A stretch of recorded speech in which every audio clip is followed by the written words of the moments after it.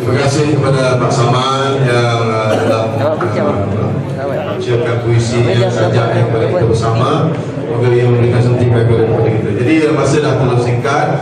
Jadi kita ada 3 orang panel untuk memberi ulasan sikit, tapi masa terbatas sangat. So saya bagi juga 7 minit lah secara umum apa ulasannya. Kemudian kita akan tutup lah.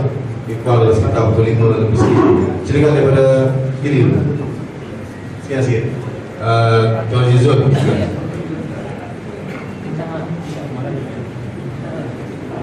Bismillahirrahmanirrahim. Assalamualaikum warahmatullahi wabarakatuh. Pengurusi majlis, dari panel, Pak Saman dan seterusnya kepada hadirin hadirat yang dihormati dan kasih sekalian. Pertamanya adalah tentang urusan tanah dalam perlembagaan kita dinyatakan dalam senarai negeri. Bidang tugas berkaitan dengan tanah ini adalah merupakan bidang kuasa kerajaan negeri antara bahasa undang dan kita land assessment matter. Pada dia tanah ini sebenarnya adalah eksklusif bidang kuasa budi bicara kerajaan negeri yang tidak perlu pun mendapatkan restu daripada kerajaan pusat. Ini termasuk di dalam dan dinyatakan dengan jelas dalam perlembagaan persekutuan. Itu sebabnya setiap negeri kita ada peraturan tanah negeri masing-masing ataupun state land rule masing-masing. Walaupun di peringkat nasional kita ada kanun tanah negara sebagai menjelakankan peraturan undang-undang tanah, tetapi budi bicara utama adalah kepada kerajaan negeri. Satu. Yang kedua, hasil kepada kerajaan negeri di dalam negara kita, kalau kita lihat statistik termasuk juga Johor, 60% daripada hasil kerajaan negeri adalah daripada pertamanya premium tanah yang dibayar oleh individu atau masyarakat yang digunakan tanah oleh kerajaan. Yang kedua adalah bayaran cukai berulang, iaitu cukai tanah tahunan yang kita bayar. Yang selainnya adalah cukai pasir dan juga hasil balang. Dan di peringkat kerajaan negeri, hampir 60% daripada hasil kerajaan dan tempatan atau local authority, majlis tempatan adalah daripada cukai pintu. Senario ini saya berikan sebagai satu gambaran bahawa entiti berkaitan dengan tanah dan hartanah ini adalah dalam bidang kuasa kerajaan negeri.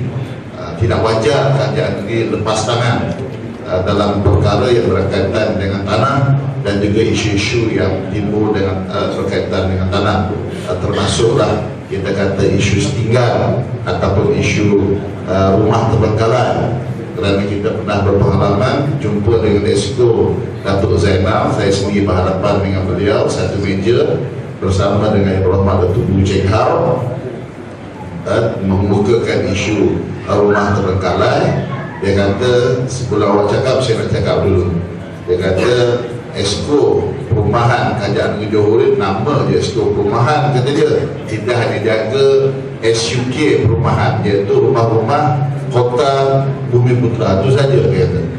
Mana terlalu lemah portfolio yang dipegang oleh seorang yang berjawatan Esko. Yang ini kita perlu satu reform atau transformasi. Yang ketiga, berkaitan dengan isu-isu yang dibangkitkan oleh sesaudara tadi, secara umum saya boleh katakan sebahagian dia adalah disebabkan pertama isu enforcement pemerkosaan. Kita ada polisi yang jelas, even di peringkat pejabat-pejabat tanah dia ada klien charter atau piagam pelanggan. Contoh macam permohonan tanah, ada beberapa jangka masa lepas permohonan apa dia beberapa bulan akan diberikan feedback sebagainya. Kalau ditolak memohon semula, itu proses yang sangat jelas. On paper ada, dan ini memang satu tradisi bukan saja pejabat tanah tetapi hampir keseluruhan struktur agensi kerajaan kita ini sangat cantik pada perancangan planning stage dia, sangat cantik, semua diambil kira, semua telah dicakupi, diambil kira aspek. Tetapi bila tiba di peringkat pelaksanaan, implementation, di situ kita lihat 1001 macam kegagalan dan 1001 macam luhur ataupun keculasan ataupun pengingkaran berlaku. Contoh yang simple untuk saya ketengahkan tentang ini, saya tak akan jawab secara spesifik. Dalam polisi perumahan kerajaan ini sangat jelas dinyatakan bahawa kawasan perumahan lebih daripada 5 ekar, 40% daripada unit yang dibina mestilah kos rendah. Betul tak? Sangat jelas. Polisi ini sangat jelas. Tetapi kalau saudara pergi di Nusajaya, pergi di Taman Housing Hill, East Lenda, Leatherhead, ada tak perumahan kos rendah? Ada atau tidak? Tidak ada. Moral sepatutnya polisi perumahan diadakan sertifikat rupa supaya tidak ada satu kawasan perumahan yang eksklusif dikuasai, didiami oleh golongan yang mewah. Mesti tunjukkan satu mission. Ada kaya, ada miskin, ada yang sederhana. Tetapi ini salah satu contoh yang saya nak sebut. Perancangan cantik, kalau pergi kerajaan dia boleh tunjuk polisi ini dengan jelas dan terang. Tetapi pelaksanaannya tidak begitu. Mana kita menghadapi masalah yang besar sekarang dari segi pelaksanaan, implementation. Itu juga kegagalan dasar ekonomi baru semua ada cantik pada perancangan. Kita punya masalah sangat besar yang syarat di peringkat pelaksanaan. Ini point ataupun ini area yang perlu kita buat reformasi. Dan kita di peringkat PAS, contohnya kita pernah memerintah Terengganu. Walaupun kita perintah satu penggal lebih kurang 4 tahun, tetapi kita dapat menyelesaikan cukup banyak kes permohonan tanah dan isu-isu tanah yang tertunggak di Terengganu, sehingga akan diberi pujian oleh mampu ataupun agensi persekutuan bahawa kerajaan Terengganu pada masa tersebut di bawah kerajaan PAS yang berbahagia Datuk Seri Presiden Tuan Guru Haji Abdullah Hadi Awang di antara kerajaan yang excellent menyelesaikan masalah kes tunggakan tanah. Itu kita dah ada model, kita tunjukkan ribuan kes kita mampu selesai dalam masa 4 tahun satu penggal. Yang kedua, kita lihat kita perintah Perak walaupun 11 bulan, tetapi cara berhalusi polisi yang dilaksanakan di Perak berkaitan dengan isu-isu tanah ada yang tak ada terbaik dalam negara kita.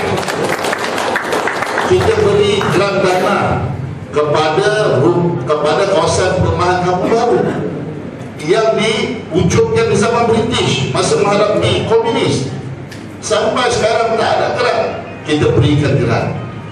Yang diberikan pajakan diberikan 99 tahun, diberikan buka semula permohonan tanah kepada rakyat, beri kepada sekolah agama, sekolah jenis kebangsaan Tamil dan Cina. Ini satu tindakan yang betul. Sebab dari segi perlembagaan yang saya sebut tadi, 60% daripada sumber pendapatan negeri daripada premium tanah dan cukai berulang, maknanya tindakan yang dibuat oleh kerajaan Pakatan Rakyat di Perak walaupun 11 bulan, tetapi bersesuaian dengan bidang kuasa dan juga proses meningkatkan pendapatan kerajaan ini. Itu sebabnya tadi ada seorang tanya, siapa dia kenapa kerajaan terkuk sangat nak beri tanah kepada rakyat. Sepatutnya lebih banyak diberi tanah kepada rakyat, lebih baik kepada kerajaan negeri, kerana ia akan meningkatkan hasil kepada kerajaan negeri dalam bentuk bayar premium dan juga cukai berulang. Benar tak tuan-tuan? Ini satu proses pindahan paradigma pemikiran yang perlu dibuat oleh kepimpinan. Bukannya beri kerajaan, dia tak boleh terikut dengan rakyat. Dalam masa yang sama, orang Jawa kata dia ada way around. Tanah kerajaan negeri sekarang ni saya nak tanya tuan-tuan, polisi sekarang ni rakyat boleh mohon tak mohon tanah kerajaan negeri? Boleh. Sekejap dia kata dah tak boleh, dah tutup. Sekejap dia kata boleh, sekejap tak boleh. Tapi tahu tak tuan-tuan, dia antara agensi yang diberikan tanah paling banyak di negeri Johor adalah KPRJ, Kumpulan Prasarana Rakyat Johor, tapi saya panggil Kumpulan Pirana Rakyat Johor. Seorang wakil tadi daripada Tanjung Kupang, tempat saya, dan saya nak buat semakan. Kerana dia tuan-tuan, ada pada saya 600 yang tanah disebut termasuk Sungai Pendas. Kita dah semak keluasan tanah termasuk Sungai Pendas pun diberi oleh kerajaan negeri kepada KPRJ seluas berapa tuan-tuan agak-agak 666 hektar, satu geran, satu blok. Dan kita semak dalam Dewan Undang Negeri setakat ini KPRJ, Kumpulan Pirana Rakyat Johor, telah dianugerahkan 110 lot sehingga sekarang. Ini salah satu daripada lotnya 666 hektar. Baca belakang ni diberikan kurnia kepada KPRJ tahun 2007, 2008 dijual kepada Iskandar Investment. Saya nak beritahu tuan-tuan, masalah saya sebut tadi enforcement. Kalau kita mohon tanah kurnia kerajaan negeri, dia kena syarat, betul tak? Boleh tak kita jual lagi dapat besok atau tahun depan kita jual? Boleh? Pajak tak boleh. Dengan apa? Ayam dia bunyi tanah ini tak boleh dipajak, dijual, dicakap, bla bla bla, dengan apa cara sekalipun bertulis tulisan ada alium tak ada alium, semua tak boleh. Sebab apa? Dia nak pastikan kita yang mohon betul-betul usahakan tanah. Betul lah, kita setuju. Tapi yang kawan ni 660 hektar tak dan 1 tahun dah jual, apa cerita? 110 hektar dan 110 hektar dan hingga sekarang KPRJ dicatat tidak pernah keluar untuk rugi. Bagi saya, fatwa saya, KPRJ ni wajib untuk haram rugi. Tapi sehingga sekarang KPRJ rugi. Mana isu dia? Isu enforcement. Ini yang isu besar. Polisi dah ada. Itu sebabnya kalau kita saya setuju lah tadi, bukan kerajaan tu.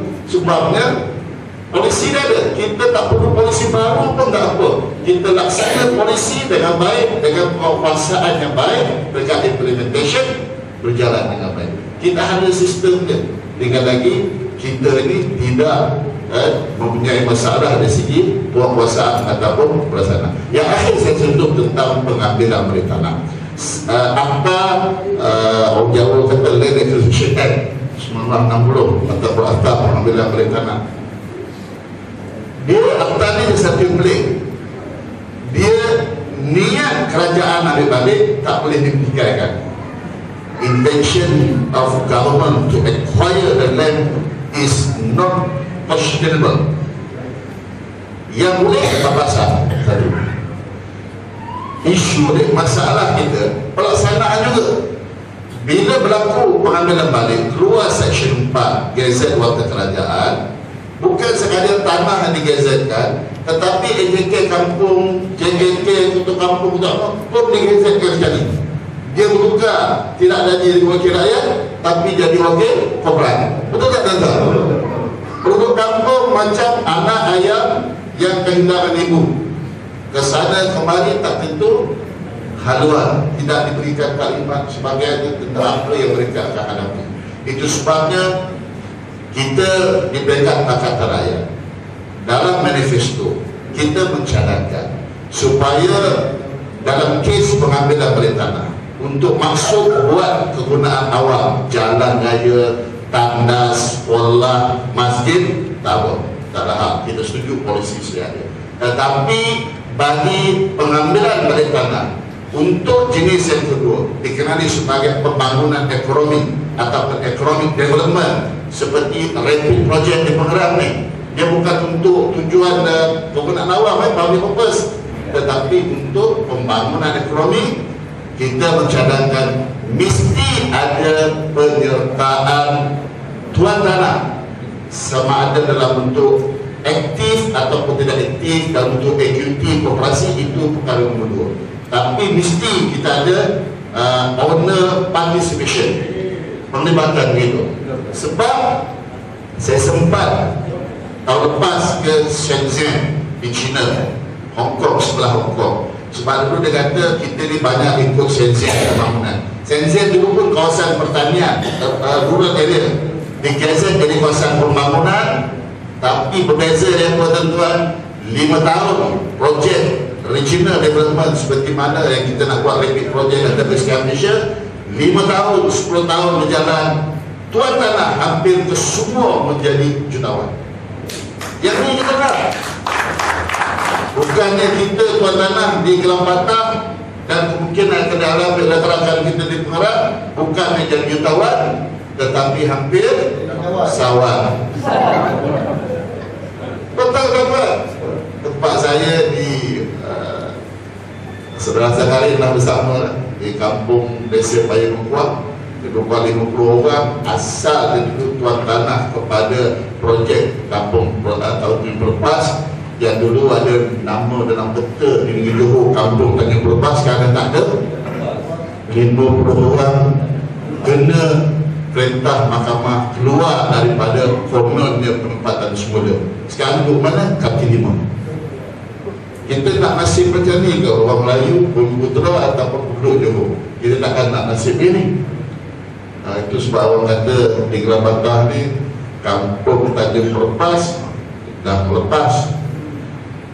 Terberuntung tak runtuh, tak ada. Kalau kita penas laut tak terjun ke dalam laut, itu yang ada ni.